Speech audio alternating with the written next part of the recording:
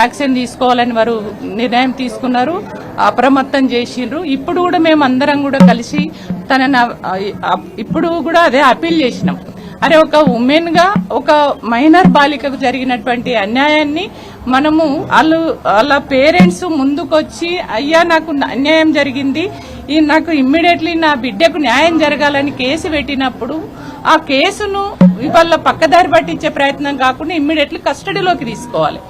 నేరానికి గురైనటువంటి వ్యక్తి పైన తక్షణమే యాక్షన్ తీసుకోకుండా, అరెస్ట్ చేయకుండా ఇంకా ఎంక్వైరీ చేస్తామని ఇంకేదో చేసి అట్లా ఆ కేసును పక్కదారి పట్టించి ఆ పిల్లోడిని భగీరథను బయటకు పంపించేటువంటి ఒక కుట్రలు చేస్తున్నారనేది దీన్ని బట్టి అర్థమైంది.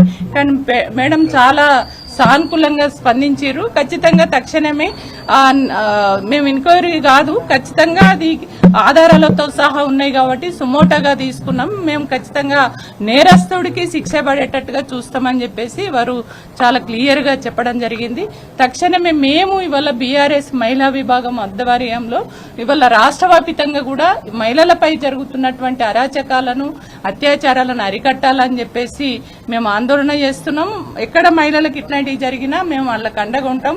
అట్లనే ఇవాళ బండి భగీరథ చేసినటువంటి నేరం ఏదైతే ఉందో దాన్ని పక్కదారి పట్టియడానికి చేస్తే మేము ఖచ్చితంగా ఆ అమ్మాయికి మేము అండగా ఉంటాం. ఆ కేసులో భాగస్థులైనటువంటి వాళ్ళు, ఆ కేసులో ఎవరైతే ఇన్వాల్వ్ అయ్యి పక్కదారి పట్టేయడానికి కుట్ర చేసినారో వాళ్ళందరూ కూడా నేరం చేసినట్టే. ఎందుకంటే ఇవాళ బండి సంజయ్ గారు ఇవాళ వాళ్ళ కొడుకు బండి భగీరథ్ నేరం చేసిండు. ఒక అమ్మాయిని, ఒక మైనర్ బాలిక పైన అత్యాచారం చేసి నేరాలకి పాల్పడినప్పుడు ఒక ఉన్నతమైనటువంటి ఒక హోంశాఖ మంత్రిగా ఉన్నటువంటి బండి సంజయ్ గారు ఆ నేరానికి పాల్పడ్డ కొడుకుని తక్షణమే ఇవాళ పోలీసులకు అప్పజెప్పాలి. నీతిమంతుడైతే, నిజాయితీమంతుడంటే ఆయన చాలా గొప్పలు చెప్తాడు. ధర్మము అనే ధర్మ రక్షణ అని బాగా మాట్లాడతాడు. కానీ నీ ధర్మం ఎటువైంది? నీ ఇంట్లోనే నీ కొడుకే నేరానికి పాల్పడితే నీ కొడుకును నువ్వు కాపాడడం కోసము ఇవాళ పక్కదారి పట్టేయడానికి చేస్తున్నావని అంటే, ఆ నేరం చేసిన వాడిని కాపాడడం అని అంటే నువ్వు కూడా నేరస్తుడివే కదా. అందుకని నేనేమంటున్నంటే ఇవాళ మొట్టమొదటి ముద్దాయి బండి సంజయ్ కుమార్ అని నేను అంటున్నాను.